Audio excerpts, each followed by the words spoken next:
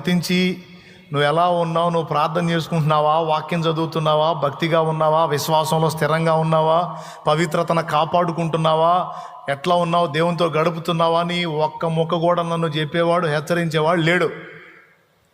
ఈరోజు మీ అందరికీ నేనున్నా. దేవునికి స్తోత్రం.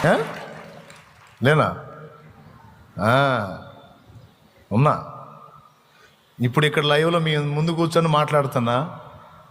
ఇప్పుడు సెల్ ఫోన్ ఓపెన్ చేసి ఎక్కడో నీ ఇంటికాడ సెల్ ఫోన్ ఓపెన్ చేసి అక్కడ కూడా పలకరిస్తా, హాయ్ తమ్ముడు బాగున్నావా అని.